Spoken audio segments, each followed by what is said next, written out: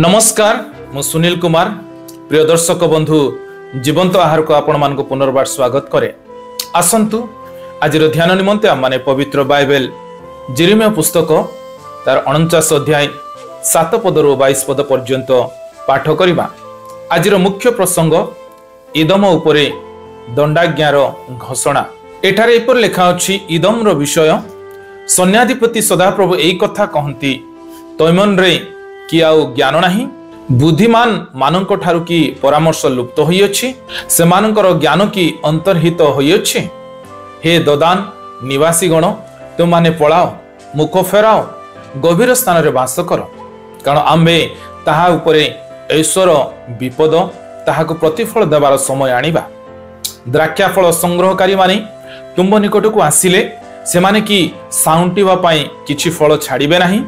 जेबे चोर माने रात्रि रे आसीबे तेबे सेमाने यथेष्ट पाइबा पर्यंत की क्षति करिबे नाही।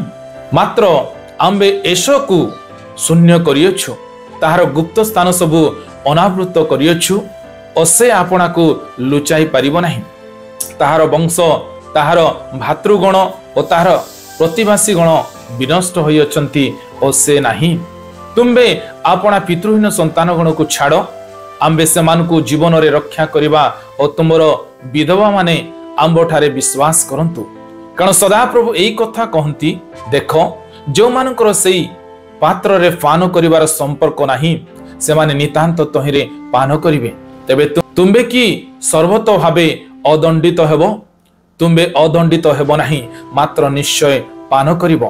कारण सदाप्रभु कहंती, आम्बे निज नाम रे शपथ करियछु जे वस्त्रा विस्मयर निंदार उच्छनतार और अभिशापर पात्र हेब, और तहिर नगर सबु चिरकाल उच्छन स्थान हेब। मु सदाप्रभुक ठारू संवाद सुनियछि, पुणी गोष्ठीगण मध्यरे एई कथा कहिबा पाई जणे दूत प्रेरित होइछि, जथा तुमे माने एकत्रित होई ताहा विरुद्धरे आस और युद्ध करबाकू उठ। कारण देखो आम्बे गोष्ठी मानक मध्यरे तुमको क्षुद्र और मनुष्य मानक मध्यरे अवज्ञा करियछु। गो शैल छिद्र निवासिनी, हे पर्वत श्रृंग अवलंबिनी, तुमर भयंकरता विषय तुम अंतकरणर अहंकार तुमको वंचना करियछि। यद्यपि तुम्बे उत्कृष्ट पक्षी परी उच्च स्थान रे बसा करिवो, तथापि आम्बे तुमको सेठारु ओल्हाई आनिबा, या सदा प्रभु कहंती।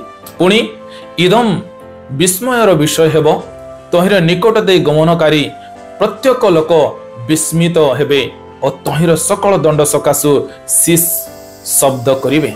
सदाप्रभु कहंती, सदम और हमरार अत्यनिकटवर्ती नगर समर न्याय तार उत्पाटन हेबो। कौनसी मनुष्य सेठारे वास करिबो नाही, किबा कौनसी मनुष्य संतान तोहि मध्यरे प्रवास करिबो नाही। देखो से दृढ़ निवास स्थान विरुद्धरे सिंह परी जर्दनर दर्प स्थान उठी आसीबो, मात्र आम्बे हठात ताहा निकटरू ताहाको दूर करिदेबा। आउ मनोनीत जो लोक ताहा उपरे आम्बे ताहाको नियुक्त करिबा। कारण आम्ब परी किए अछि, आम्ब पाई किए समय निरूपण करिवो, और आम्ब सम्मुखरे जे ठिया होई पारे एपरि पाळक किए अछि। हेतु सदा प्रभु इदमर विरुद्धरे जो मंत्रणा और तैमन निवासी मानक विरुद्धरे जो संकल्प करियछंती ताहा सुन। लोक माने निश्चय सेमानकु पलर छुआ मानकु ही टाणी नहीं जिवे, से निश्चय सेमानक निवास स्थान सहित सेमानकु उच्छन करिवो। सेमानकर पतन शब्द रे पृथ्वी कंपु अछि, सुफ सागर पर्यंत क्रंदनर शब्द सुना जाउ अछि। देखो से उत्कृष्ट पक्षी परी उठी उड़ी आसीबो, और वस्त्रा उपरे आपणा पक्ष विस्तार करिवो। पुणी से समय इदमर वीर पुरुष मानकर अंतकरण प्रसव और वेदनाग्रस्त स्त्रीर अंतकरणर समान हेबो। पठित शास्त्रांश रे प्रभु हम समस्त को आशीर्वाद करंतु। आसंतु आमाने पठित शास्त्रांश को बुझिबा निमंते चेष्टा करू। ऐश्वर वंशधर सहित इदमर संपर्क अटे, जहा जाकुबर जाहाल भाई थिला। जदि भी इस्राएल इदमर भाई अटे, तथापि इदम आपणा भाई उपरे बारंबार आक्रमण करिथिला। सेथिपाई ईश्वर इदम उपरे विचार आनिबाकू जाउथिले। जहा भी हो, ईश्वर इदमर विधवा और अनाथंक प्रति विशेष जत्नवान थिले। पुणी इदम आपणा ज्ञान सकाशु ଖ୍ୟାତି ସମ୍ପନ୍ନ ଥିଲା, କିନ୍ତୁ ସେମାନଙ୍କର ଏହି ଜ୍ଞାନ ଈଶ୍ୱରଙ୍କର ବିଚାର ଆଗରେ ସମ୍ପୂର୍ଣ୍ଣ ବ୍ୟର୍ଥ ହୋଇଥିଲା। ଇସ୍ରାଏଲ ଆଗରେ ଇଦମ୍ ତାର ପତନ ବେଳେ ଏକ ହାସ୍ୟ ଭାବରେ ଦେଖାଯାଇଥିଲା। ପୁଣି ସେମାନଙ୍କର ପତନ ଅତି ଦୁଃଖପୂର୍ଣ୍ଣ ଅବସ୍ଥା, ଯାହା ହାସ୍ୟର ପାତ୍ର ହୋଇଥିଲା। ପଠିତ ଶାସ୍ତ୍ରାଂଶରେ ଈଶ୍ୱର କିଏ ଅଟନ୍ତି ତାହା ଛୁଆମାନେ ଦେଖୁ। 11 ପଦ ଅନୁସାରେ ଈଶ୍ୱର ଦୁର୍ବଳମାନଙ୍କର ଯତ୍ନ ନେଇଥାନ୍ତି। ଯଦି ବି ସେମାନେ ତାଙ୍କ ଉପରେ ଭରସା ରଖନ୍ତି କି ନାହିଁ ସେଥିପ୍ରତି ସେ ଧ୍ୟାନ ଦେଇନଥାନ୍ତି। ଯାହା ବି ହେଉ, ଈଶ୍ୱର ଇଦମକୁ ଦଣ୍ଡ ଦେବାକୁ ଯାଉଥିଲେ, ପୁଣି ବିଧବା ଓ ଅନାଥମାନଙ୍କର ଯତ୍ନ ନେଇଥିଲେ। ଏହାର ଅର୍ଥ ଯେଉଁମାନେ ଦରିଦ୍ରତା ଓ ଅତ୍ୟାଚାର ମଧ୍ୟରେ ଅଛନ୍ତି ସେ ସେମାନଙ୍କ ପ୍ରତି ଦୟାଳୁ ଅଟନ୍ତି। ତୁମେ ମଣ୍ଡଳୀ ଓ ବାହାର ସମାଜରେ ଯେଉଁମାନେ ଦରିଦ୍ରତାର ଜୀବନ କାଟୁଛନ୍ତି ଓ ଦୁଃଖ କଷ୍ଟ ଅବସ୍ଥାରେ ଅଛନ୍ତି ସେମାନଙ୍କୁ ସାହାଯ୍ୟ କରିବା ଆବଶ୍ୟକ ରହିଅଛି। ଏହି ଶାସ୍ତ୍ରାଂଶରେ ଈଶ୍ୱର ଆମମାନଙ୍କୁ କ'ଣ ଶିଖାନ୍ତି ତାହା ଆମେ ଶିଖୁ ଓ ଆମଙ୍କର ଜୀବନରେ ତାକୁ ବ୍ୟବହାର କରିବା ନିମନ୍ତେ ଚେଷ୍ଟା କରୁ।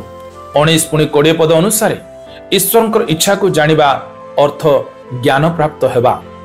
ଈଶ୍ୱର କହନ୍ତି ଲୋକମାନଙ୍କୁ ଯେ ସେମାନେ ଯେପରି ତାଙ୍କର ଯୋଜନାକୁ ଶ୍ରବଣ କରିବେ ଯାହା ସେ ଇଦମ୍ ପ୍ରତି କରିଥିଲେ। ଯଦି ବି ଇଦମ୍ ଆପଣା ଜ୍ଞାନ ସକାଶୁ ଗର୍ବିତ ଥିଲା, ତଥାପି ସେ ଈଶ୍ୱରଙ୍କ ଇଚ୍ଛାକୁ ଜାଣିପାରିଲା ନାହିଁ। ଆପଣଙ୍କ ପାଖରେ କି ପ୍ରକାର ଜ୍ଞାନ ଓ ବୁଦ୍ଧି ଅଛି ଯାହା ଈଶ୍ୱରଙ୍କର ଇଚ୍ଛା ଜାଣିବାରେ ବାଧା ଦେଉଅଛି? ଈଶ୍ୱରଙ୍କ ଜ୍ଞାନ ହିଁ ପ୍ରକୃତ ବୁଦ୍ଧି ଅଟେ। ଏଣୁ ଆଜିର ଚିନ୍ତାରେ ପ୍ରଭୁ ଆମ ସମସ୍ତଙ୍କୁ ଆଶୀର୍ବାଦ କରନ୍ତୁ। ଆସନ୍ତୁ ଆମେ ପ୍ରାର୍ଥନା କରିବା। ପବିତ୍ର ସ୍ୱର୍ଗୀୟ ପିତା, ଆଜିର ସୁନ୍ଦର ବାକ୍ୟ ନିମନ୍ତେ ଆମେ ଆପଣଙ୍କୁ ଧନ୍ୟବାଦ ଦେଉଛୁ। ପ୍ରଭୁ ଆଜିର ବାକ୍ୟ ପ୍ରମାଣେ ଆମମାନଙ୍କୁ ତୁମର ବୁଦ୍ଧି ପୁଣି ଜ୍ଞାନ ରେ ଆମମାନଙ୍କୁ ପରିପୂର୍ଣ୍ଣ କର, ଯେପରି ପ୍ରଭୁ ଆମମାନଙ୍କ ଚତୁଃପାର୍ଶ୍ୱରେ ଥିବା ଅଭାବ ଗରିବତା ମଧ୍ୟରେ ରହିଥିବା ଭାଇ ଭଉଣୀ ପ୍ରତି ଆମେ ସଦୟ ହୋଇ ସେମାନଙ୍କୁ ସାହାଯ୍ୟ କରିପାରିବୁ। ଏଥି ନିମନ୍ତେ ଆମମାନଙ୍କୁ ଅନ୍ୟମାନଙ୍କ ନିମନ୍ତେ ବ୍ୟବହାର କରନ୍ତୁ। ଯୀଶୁଙ୍କ ନାମରେ ଏହି ପ୍ରାର୍ଥନା ମାଗୁଅଛୁ, ଆମେନ୍।